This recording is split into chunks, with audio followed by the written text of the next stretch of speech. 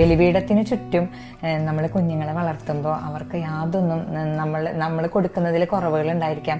നമ്മൾ ബലഹീനരായ പേരൻസ് ആണ്. ഒരുപക്ഷെ നമുക്ക് എല്ലായ്പ്പോഴും നമ്മൾ അവർക്ക് റോൾ മോഡൽ ആവണമെന്നില്ല.